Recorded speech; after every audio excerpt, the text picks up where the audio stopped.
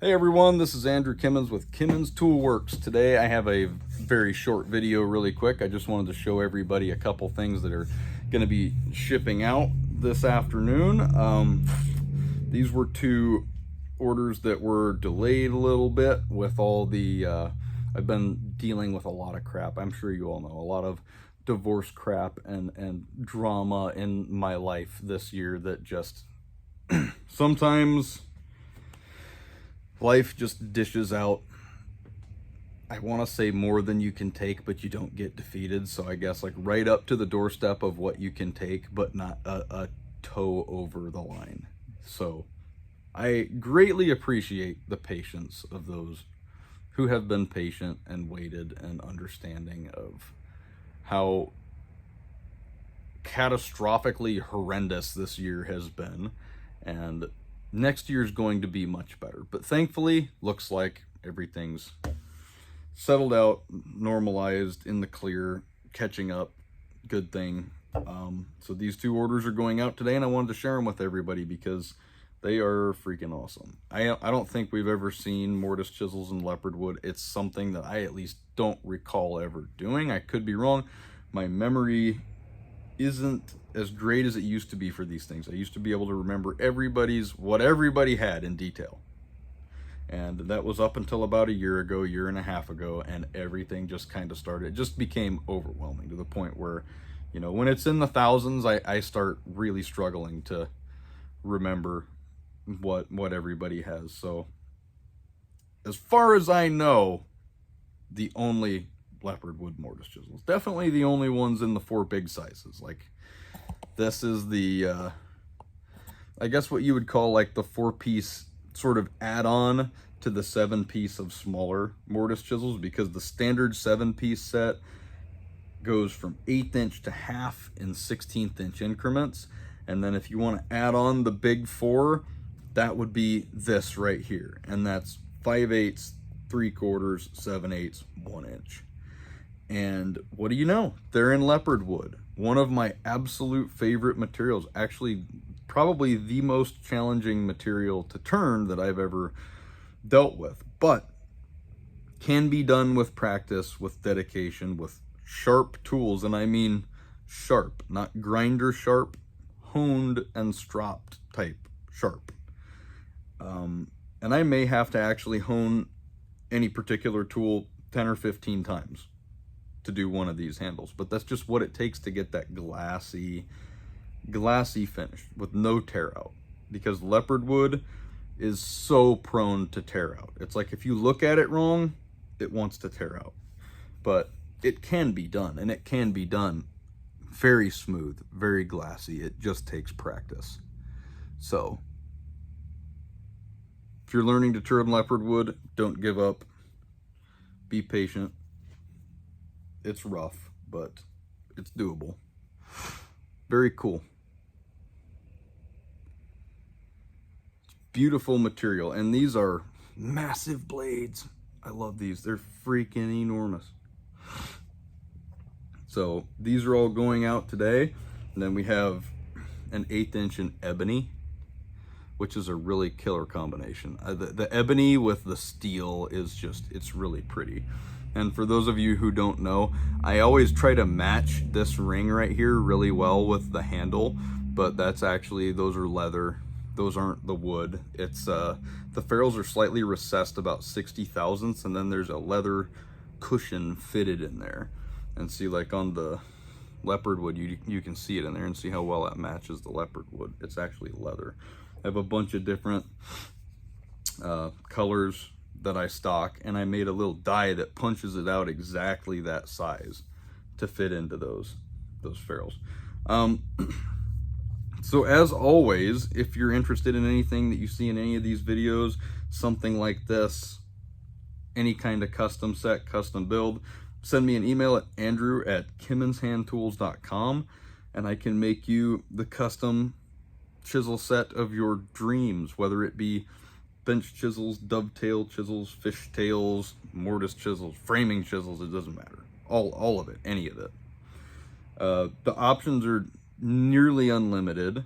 For customers that want to send in your own handle material, you're welcome to do so. That's no problem whatsoever. Or I can procure whatever you want. The only thing I can't do is things that are endangered species that I can't get, or things that are out of stock with every supplier I know of. Which that happens sometimes, but it's not common. Oddly, it's getting much easier to get exotics than it is to get really good quality curly maple, which is weird. You wouldn't think that of anything. You would think that getting really cool, stable, good quality curly maple in this country wouldn't be that hard, but that's like so many of my normal suppliers are just tapped out of that and have been, and like just I don't know what the heck with that, but yep, Andrew at KimmonsHandTools.com if you want any of this stuff. I'm actually tinkering with combining multiple materials seamlessly to make some pretty unique handles. And this is maple and walnut. You wouldn't have to do maple and walnut. We could do any combination of two different handle materials. So that's something I'm tinkering with as well. If you want something really freaking unique that's one of a kind, there you go. But they're all really unique and one of a kind. There's so many things that I make that are just, they're just really worth having in a collection as a woodworker, to have some of this stuff. It's just, they perform as good as they look. And the fit and finish, it's very worth it if you take pride in the quality and the beauty and the performance and the aesthetics of the tools that you like to use. It's very worth it. And I know that because I'm that type of person. And a lot of people, there's so many people out there that think people like me and like are just absolutely stupid. And it's like, well, why would you pay that for tools? It doesn't matter. You know, the wood doesn't know what's cutting it, or the fastener doesn't know what's turning it. Well, you know, there's something about quality that's a lot to be said for. And it's like, why wouldn't I want to support companies and businesses putting out quality? I'm sorry, I would rather spend, you know, $150 on a snap-on ratchet than go support China with $20.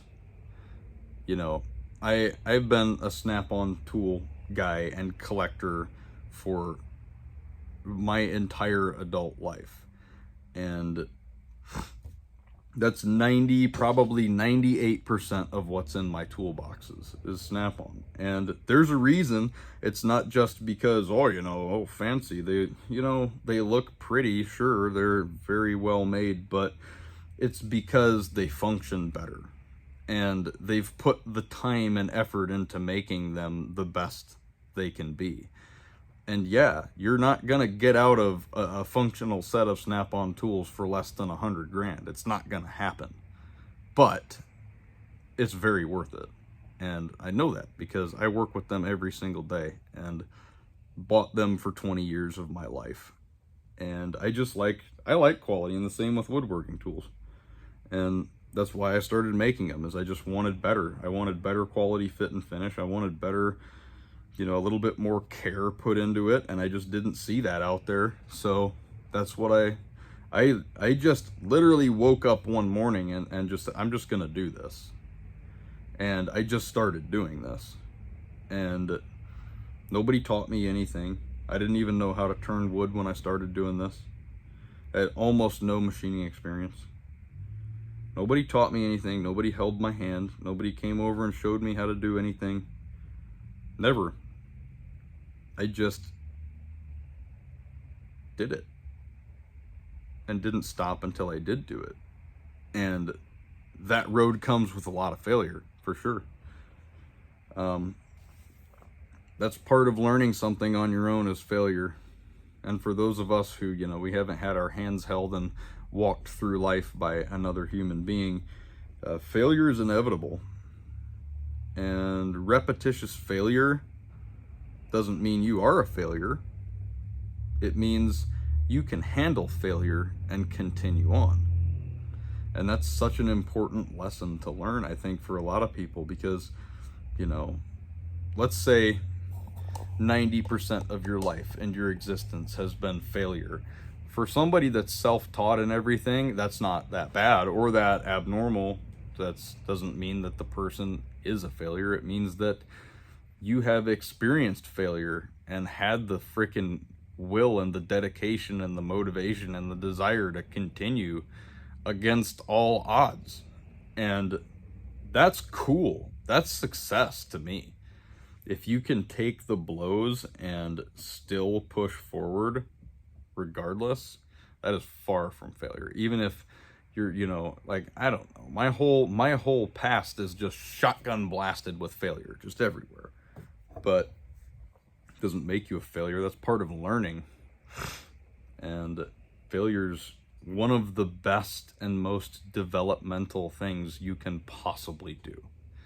And so fear of failure, I think, holds a lot of people back. Shame from failure definitely stops a lot of people from doing a lot of things. And don't let it, because I'll be here to tell you right now, like, you're going to fail.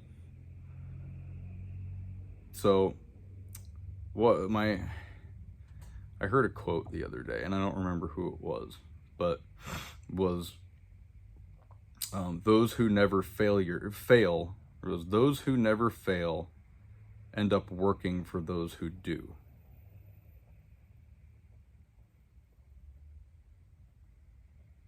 It's kind of true. So, fearing failure, it's like fearing success, because it's the only way to get to success. I mean, a comfortable life of neutrality, I guess, isn't very exciting, in my opinion. I would rather experience the failures and push forward to what I know in my mind will be inevitable success, because if you don't give up on something, the success will be inevitable, as long as what you're doing makes sense. Now, a lot of things that a lot of people do don't make sense. A lot of people have a lot of bad ideas. A lot of ideas that aren't marketable. A lot of things where it's like, obviously that's not going to work, because, you know, if you have a customer base of like 5 people, you're not going to make a living off of something like that. So, logic comes into everything. I guess I'm kind of rambling at this point, but that's okay. That's kind of why I wanted to make a YouTube channel, wasn't to just show off tools. I like to ramble a little bit too. But Andrew at kimmonshandtools.com, we can hook you up with some funky things, some unique things, some beautiful things, some weird things. The weird, wonderful, unique, and beautiful all in one, I guess. I don't know what that would look like, but probably something like that. Anyway, I hope everyone has a great day out there, and I don't know about you, but it's raining in Ohio, and it's cold in Ohio. So it's pretty much Ohio in Ohio. It's dark, raining, cold. That's just 6 months out of the year what it is, which is actually really difficult. You know, after living in Arizona for almost 30 years, it's a little bit rough living out here. So we're entering the depression season, and everybody's like, well, you know, you just take vitamin D, it doesn't work. Like, yeah, I take vitamin D anyway if I don't get enough sun, but like, does it work? It's the dark. It's like living in the freaking dark. So yeah, it's dark and rainy, so I'm gonna pack these up, get them ready to ship. They're headed out to the customers that were patient, waiting on these delayed orders while I sort my life out a little bit. I very much appreciate your patience, and it's very, very awesome of you guys to be cool with that, because yeah, the whole divorce thing was a wild ride, but it's over officially as of last week, so that's finally done, which I'm very happy about.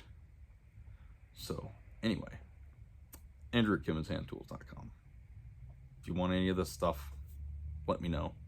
If you have a custom idea, let's talk about it. I can't do everything in the world. I can do a lot though. So chances are, if you have something weird and custom that you want, I can probably do it. I can't guarantee I can do it, but if I can't do it, I'll let you know I can't do it. Usually I can do it. And oftentimes I take on things I've never even done before, just because that's what pushes me to do it. I took an order for a bent neck chisel. It's like, I've never done that before. And I told the guys, like, I've never done one before. You'll be the first. So if you want to do it, it's going to cost X amount. And he's like, let's do it. Let's do it. And then I figure things out. And I like that. I like doing that because I can put off doing things indefinitely. But if somebody wants it and I take an order for it, it's like it holds my feet to the fire. And it's like, oh no, even if you fail 20 times, you're going to get it right. And that, I like that little bit of pressure behind me. I like it. I think it makes me do things better. So anyway, have a great day out there. Stay warm, stay dry if you're in Ohio. I don't know, maybe go sit in the tanning bed. Maybe that'll help. Doesn't help me. So here goes winter. Just hold on and just hope for the best and hope we get through it without freezing into giant blocks of human ice. So welcome to Ohio. Have a great day, everyone. I'll see you next time.